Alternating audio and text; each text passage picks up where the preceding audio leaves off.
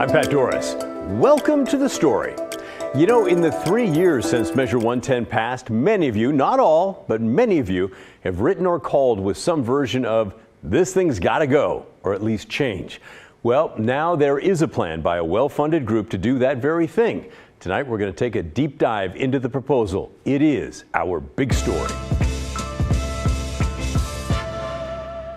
A new coalition believes enough of you voters are fed up with the drug decriminalization law that they would vote for a change. You would vote for a change. The group says they are prepared to put ballot measures in front of voters 14 months from now if lawmakers don't act first. The group calls itself the Coalition to Fix and Improve Ballot Measure 110. I gotta say, that's a pretty decent name. Tells you what they're doing. The coalition is backed by some big money from some of the biggest business names in Oregon. More about that in a moment. The group says it does not want to get rid of 110 completely, but it does want to re-criminalize possession of hard drugs. Oregon voters approved Measure 110 in the year 2020. It decriminalized possession of user amounts of all street drugs. It took effect as fentanyl flooded Portland and the rest of the country.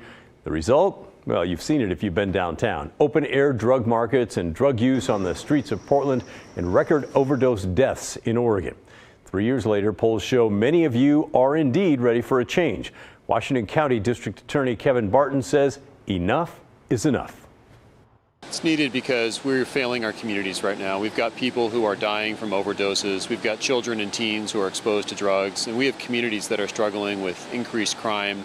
This is an urgent issue where we have to help our Oregonians out and move us forward so we can promote people getting into treatment and recovery. Max Williams is the leader of the effort. He's the former director of the Oregon Department of Corrections and most recently led the Oregon Community Foundation. We strongly support the parts of Measure 110 that are putting resources into moving people into treatment and recovery. That's why this isn't a repeal. But what we're trying to do is actually make Measure 110 better and really fulfill its promise, which is more people into more treatment more quickly. So those are the folks pushing for a change. On the other side, Tara Hurst with a group called Health Justice Recovery Alliance. They are advocates for Measure 110, and it might not surprise you to learn they are against the proposed changes. We've already tested the idea if criminalization was the way to answer addiction. We have 50 years of proof that criminalization has only created a lot of harms.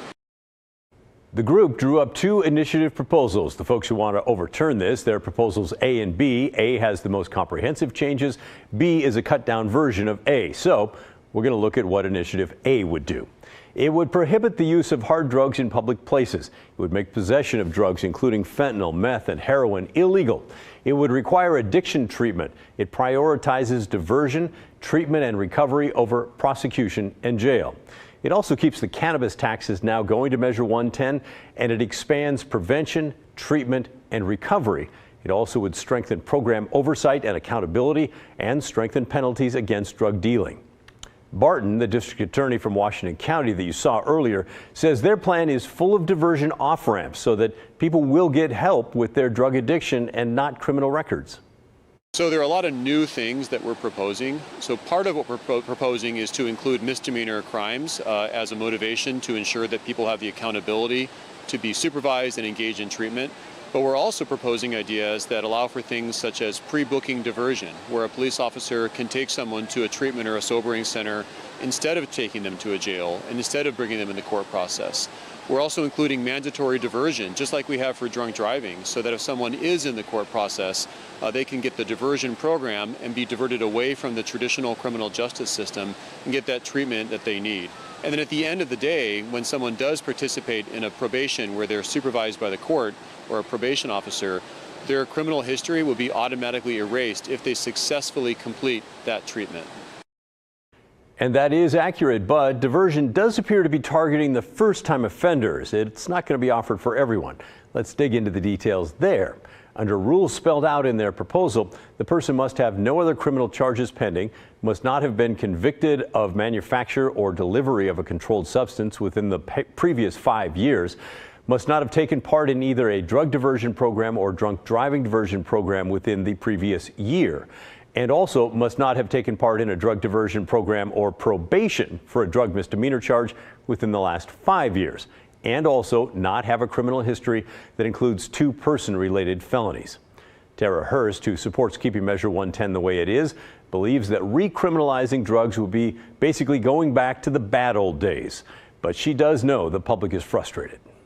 So what the public, I believe, is crying for, and I agree, is that we need to do something to address the issues on our streets. What we need to do is not just criminalize people, we need to house people, we need to get the services set up, and we need a whole lot more of our law enforcement really being able to enact and to respond to true public safety issues.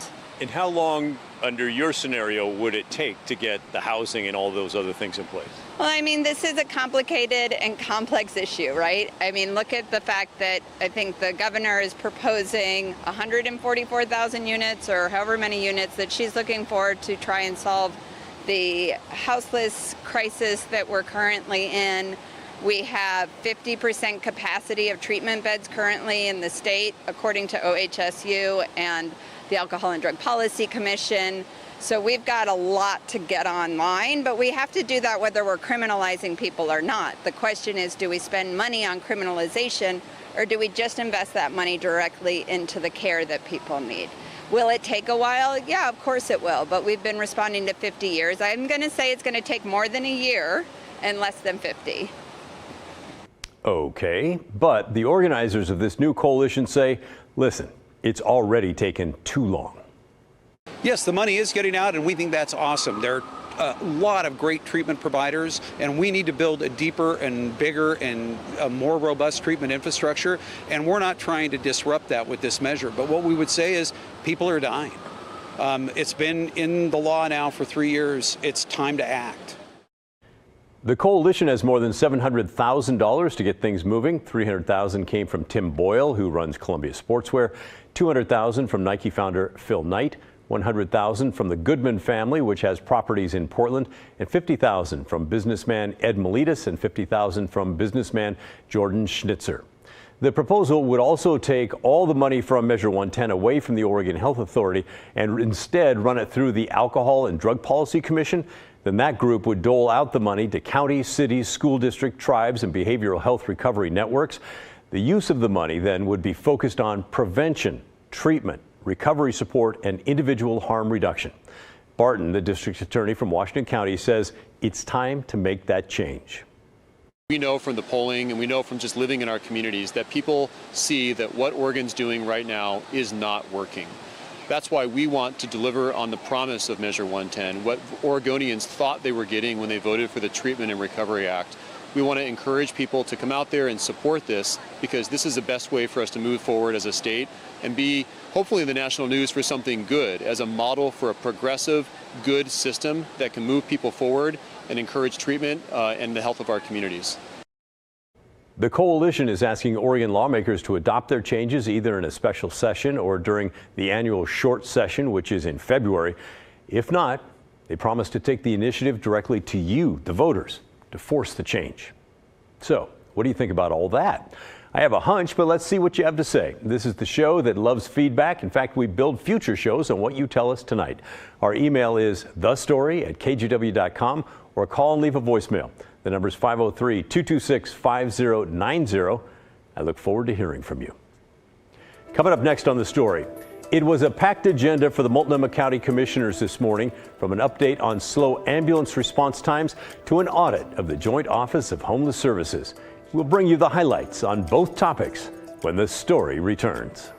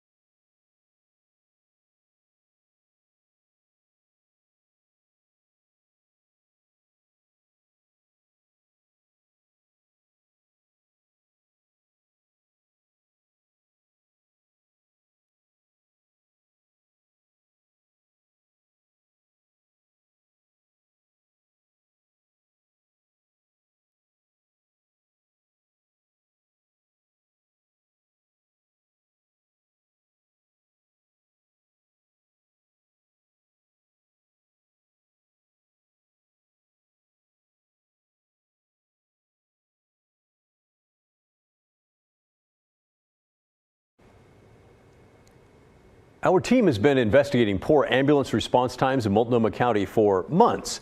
So, when we heard there was going to be a discussion at the county commissioners meeting today, you can bet our crews were there.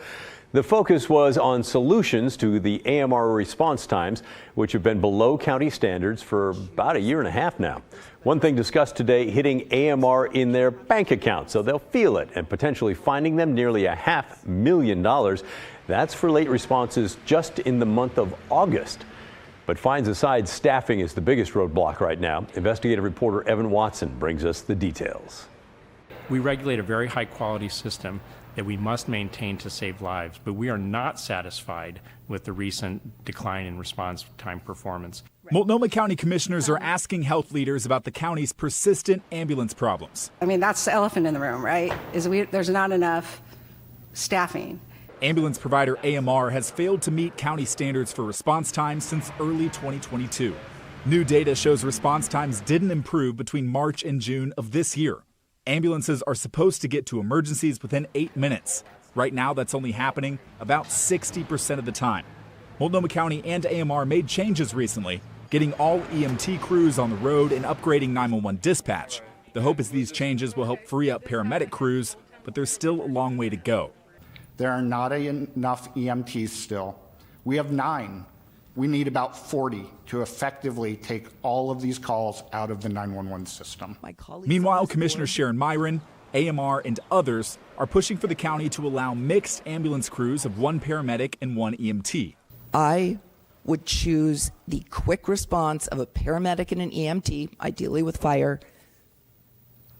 over waiting even excruciating minutes for a 2 paramedic system any day, anytime. But county health leaders, including EMS Medical Director John Jew, swear by the 2 paramedic requirement that's been in place for decades. There is data on cardiac arrests showing better outcomes with 2 paramedics rather than 1 medic and 1 EMT. Data from adjacent counties have shown these are 1+1. They have similar issues. So 1+1 does not actually solve the problem. Any way you look at it, Myron said something needs to change quickly. People are not getting their emergencies responded to fast enough. Evan Watson, KGW News. Nothing was voted on in today's meeting. It was more of a check-in on what's going on. In a few weeks, we'll find out more about that $500,000 fine that AMR could face and whether or not the county will enforce that. You would guess that financial hit would very much push AMR to make changes or at least get some kind of a strong response from them. We'll be watching to see what that is. Before commissioners heard about the ambulance problems this morning, they discussed a recent audit of the Joint Office of Homeless Services. And yeah, you probably guessed it. It was not pretty. We've told you about some of the problems before, things like poor communication and a pattern of late payments to providers. And perhaps the biggest headline from the audit, something that we've told you about time and again, a still stunning revelation we first learned about during our one-on-one interview with Commissioner Sharon Myron way back in May. The Joint Office has no clear plan to move people from the streets into housing. The findings can be hard to hear. Hard for you all as leaders of the county, hard for taxpayers who are wondering how the dollars are spent effectively. That's Dan Field you just heard from. He's led the Joint Office for 4 months now.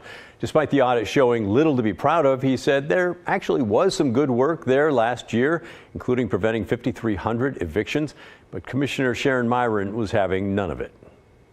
This audit is unmistakably bad. We get evidence of how awful things really are, and then the county pivots to say, but look over here, and points to a little number.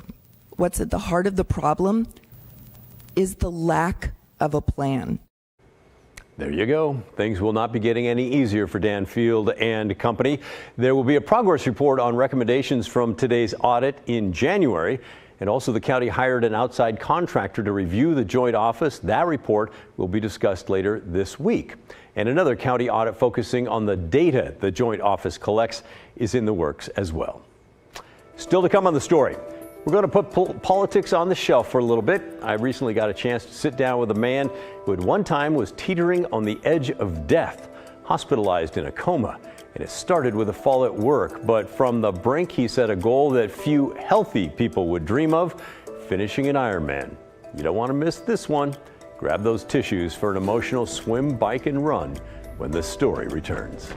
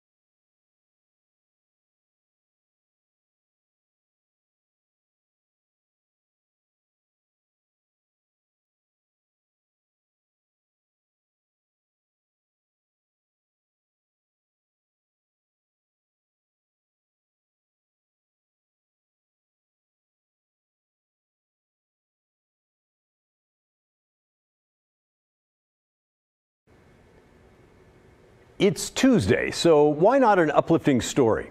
It's easy to think, you know what, the world's going to hell if you watch too much news. So be careful about that, because there are incredible things happening all around us. This is a story about a man who lives in Bethany, that's west of Portland. It's about his refusal to give up when his life of fitness vanished in an instant. It's also about community and faith and love. At 61 years old, Ricky Gray is one of the fittest people in America. He just returned from the Ironman World Championships in France, where he qualified to race in the 60 to 64-year-old category.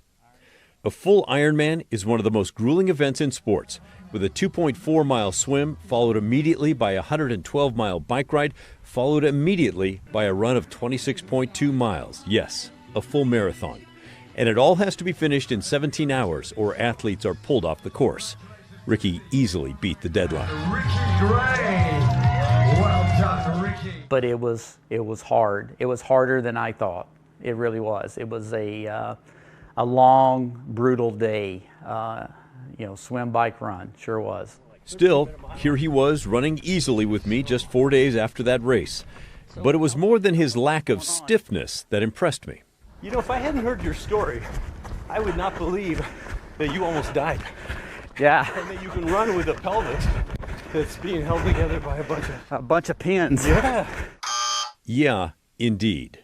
This is Ricky's surgically repaired pelvis. It all happened very quickly. In 2019, October, I was changing a light bulb at my office, and ladder buckled, and I fell 10 feet onto a concrete floor. Didn't think I had broke anything because, I didn't feel that much pain. But in fact, he'd shattered the pelvis. It required a 5-hour surgery at Legacy Emmanuel Hospital, and then a chest x-ray discovered a blood clot in each lung. His wife Sharon remembers her fear at the hospital as Ricky's condition kept getting worse. It was really scary, and I knew enough about blood clots that they could kill you. So it was really scary. We reached out to all of our friends and family, and people were praying for surgery anyway, but it was like SOS. We really need the prayers. Even as their friends responded, Ricky sank further toward death as liquid filled his lungs. And at that point, the trauma doctor, Dr. Barney, she went to Sharon and she said, I have a toolbox. I have used all the tools in my toolbox, and I can't do anything else. Your husband has less than 5% chance of living. Doctors put him on an ECMO machine, something that would cycle blood out of his body, put oxygen into it, and then send it back into the body. He was on that in a coma for a week. In the deep of night, Sharon, who has friends in distant countries, felt alone and afraid. But I remember it was 2:30 in the morning, and I remember feeling so alone. He was hurting. He was so uncomfortable, and I just remember thinking, God, I just feel so alone. And my phone just started just dinging, dinging, dinging, and it was all these WhatsApp with people overseas that were letting me know they were praying. So it gave me such peace and hope, because it was like, you may feel, my army here in the States might be asleep, but I got another whole army that's rising. And that gave me a lot of comfort. And I think our faith is what enabled us to make it through this. Eventually, he was able to get out of the hospital bed, and then his grueling rehab began. He'd already completed one Ironman before his fall, but that fitness and more was gone. It was like having a toddler, because he had to relearn to do everything. He had to learn to brush his hair, and I remember just gain the energy of putting his hand up on his hair, and just the gravity of bringing the brush down. And I mean, that he couldn't brush his hair. It was literally gravity. Ricky began physical therapy 3 days a week. If I couldn't, it wasn't going to be because I didn't try. And I was going to give it my all to get back to where I needed to be. He said a doctor told him he might never run again. Instead, Ricky set a goal of doing another Ironman. It was a big mountain. It was months and months of determination and hard work to come back. I set a goal that at 1 year of coming off ECMO, I was going to do a 10-mile run. Way to go, Ricky! Yay! He accomplished his run in 2020, ending here at Selwood Park. I did it. It was slow, but I did it. You got this, Ricky! 2 years later, he completed a full Ironman in the rain in Wisconsin, a remarkable accomplishment. It gets emotional, just thinking about where I've been and gotten back to where I was actually competing, for an Ironman. And, just the gratitude that I had for being able to be there and God giving me the strength to come back. Now, 4 years after the fall and nearly dying, Ricky can barely speak about the medical team that pulled him back from the brink. Just, some feelings are just too big for words.